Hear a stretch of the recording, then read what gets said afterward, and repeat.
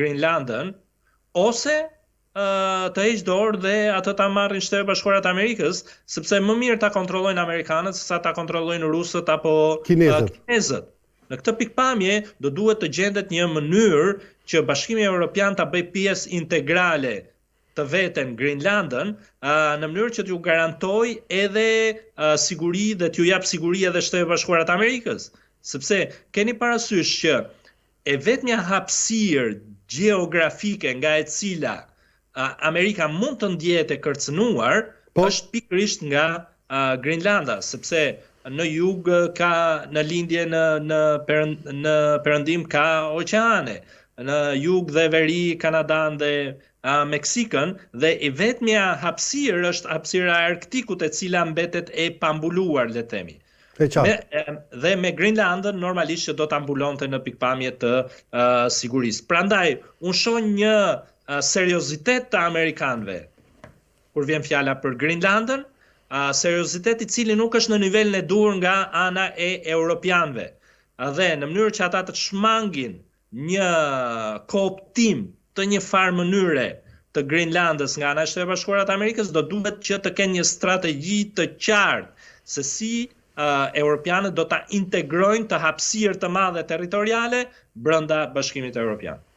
Sot, mentor, gjithashtu kemi dhe takimin e presidentit Ukrainas Volodymyr Zelensky me mbretin e Emirateve të Bashkuara, princin e kurorës pra të Arabisë Saudite, Mohammed bin Salman. Kjo vizit vjen pikërisht përpara bisedimeve në lidhje me delegacionin e Ukrainës dhe Shteteve të Bashkuara në Xheda, bisedime që kanë për qëllim përfundimin e luftës 3 vjeçare me Rusinë. Si e shikon këtë zhvillim dhe si e shikon këtë takim në raport me çështjen e fjalë pra me mbajtjen e paqes dhe me marrëveshjen që do të shkruhet me Rusinë? Pse duhet dhe një aktor siç është princi i kurorës së Emirateve të Bashkuara Arabe? Natyrisht që Arabia Saudite ka filluar të shndrohet në një qendër negociatash këto kohë dhe aty ndodhen edhe delegacionet amerikane, delegacionet ruse, delegacionet ukrainase e kështu me radhë. Besoj që në pikpamje të takimit bilateral ndërmjet Mohammed bin Salman dhe Zelenskit nuk ka ndonjë rëndësi të madhe. Por natyrisht që ky do të jetë një takim që do të eksplorojë mënyrat se si mund të gjendet një kompromis i mundshëm ndërmjet Ukrainës dhe Rusisë. Dhe keni parasysh që princi i kurorës ka mbajtur marrëdhënie shumë të mira me të gjitha palët, qoftë me Rusinë, qoftë me Ukrainën, ndërmjet të cilëve ka ndërmjetësuar edhe shkëmbimin e pengjeve në vijimsi, po ashtu edhe me Shtetet Bashkuara të Amerikës. Pra është një pikë ku të gjithë lidhen sepse kanë marrëdhënie të mira me të dhe është ndoshta vendi ideal për të ndërmjetësuar këto diskutime mbi paqe. Po, influenca individuale e princit të kurorës apo Arabisë Saudite nuk duhet egzageruar. Pra nuk kemi të bëjmë me një influencë që ka Arabia Saudite mbi negociatat. Por ka avantazhin për lehtësimin e këtyre negociatave dhe besoj që do kemi rezultate konkrete në të ardhmen, sepse konteksti tani më është i përshtatshëm për të inkurajuar uljen në tryezë të palëve, pra të Ukrainës dhe të Rusisë, sepse ne pam që brenda një periudhe shumë të shkurtër kohore, ku Shtetet Bashkuara të Amerikës pezulluan ofrimin e inteligjencës për Ukrainën, ne pam se çfarë arriti të bënte Rusia brenda Ukrainës apo jo. E drejtë.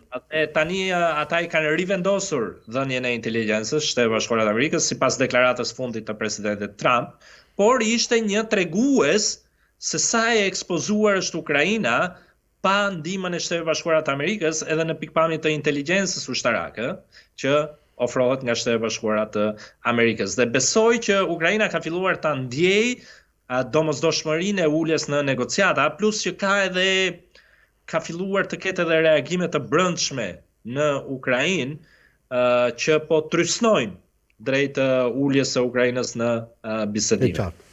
Gjithashtu një deklaratë tjetër vjen nga sekretari i Amerikan i shtetit, nga sekretari i Departamentit Amerikan të shtetit, zoti Marco Rubio, i cili më në fund merr vendimin dhe deklaron që 83% e programeve të USAID do të mbyllen dhe vetëm 17% e tyre do vazhdojnë të jenë efikase dhe të jenë të përdorura, ndërkohë që ato do të menaxhohen dhe do shikojnë që të gjitha nga Departamenti Amerikan i shtetit. Ai gjithashtu falenderoi dhe zotin Elon Musk dhe Dodge në lidhje me efikasitetin në vëzhgimin e këtyre shpenzimeve dhe këtij programi. Si e shikon këtë? Si lajm i mirë apo një lajm i keq për Europën e konkretisht për ne shqiptarët, mentor? Dhe për impaktin që ka pasur USAID-i? Është shumë komplekse me thënë drejtën, sepse USAID tani më është pjesë e historisë, nuk ekziston. Dhe natyrisht që ndihma e huaj si mekanizëm për të mbështetur vendet e pazhvilluara, vendet në zhvillim, në princip dhe në parim nuk është diçka e gabuar, është një formë e filantropizmit të vendeve të zhvilluara dhe një detyrimi moral që ata ndjejnë për pjesën tjetër të botës që është e pazhvilluar. Në këtë pikpamje, ndihma e huaj është në të gjitha pikpamjet morale, humanitare është e nevojshme. Por kur ndihma e huaj pastaj fillon të përdoret si një armë politike, instrumentalizohet, ideologjizohet, atëherë pastaj kjo nuk i shërben më qëllimit. Dhe kam përshtypjen që ashtu siç kanë gjetur edhe vetë amerikanët, Elon Musk, po ashtu edhe komitetet tjera që merren me hetimin e ndihmës huaj amerikane, një pjesë e madhe e ndihmës së huaj të kanalizuar nëpërmjet USAID-it ka shërbyer si një instrument politik. Dhe jo vetëm politik, por ideologjik, dhe kjo është akoma më e keqe. Dhe besoj që edhe në Shqipëri ne kemi pas shfaqje të kësaj problematike dhe nuk duhet të fshihemi mbas gishtit. Dhe duhet i themi këto gjëra. Besoj që një pjesë e mirë e ndihmës kanalizuar nga USAID në Shqipëri ka kontribuar në zhbalancimin e sistemit politik në vendin tonë, në favor të së majtës, sepse gjithmonë kjo ndihmë ka shkuar në favor të së majtës dhe ka krijuar një zhbalancim i cili nuk i shërben demokracisë në fundit. Prandaj dhe në këtë pikpamje besoj ky është një lajm i cili nuk duhet na shqetësoj, përkundrazi është një lajm që duhet na gëzoj. Por nga ana tjetër, ndihma e dhënë nga amerikanët mund të krijojë një vakum i cili nuk është një vakum pozitiv, sepse shumë prej ndihmave janë përdorur, besoj një ndihma e përdorur për infrastrukturën e spakut, infrastrukturën e hetimore të përgjimeve kështu me radhë. Këto janë element të rëndësishëm dhe pozitiv, nuk janë diçka e keqe apo jo. Ndihma e dhënë në emancipimin e grave, përmirësimin e pjesëmarrjes publike të grave pra në jetën publike. Këto janë të gjitha pozitive, por egzagjerimi, ekstremizmi, radikalizmi ideologjik në përdorimin e këtyre fondeve, besoj ka hedhur hije, dyshimi edhe mbi të gjithë aspektin e mirë që kanë patur këto fonde nga USAID. Shumë e drejtë dhe saktë. Pyetja e fundit, mentor, dua ta aktualizoj pak në lidhje me realitetin në politikën shqiptare. Këtë fundjavë kemi parë deklaratat e kryeministrit Rama, i cili tashmë deklaron, Altin Dumani thotë është njeri i ndershëm, është një prokuror model, qeveria jon pra ndryshon qëndrimin e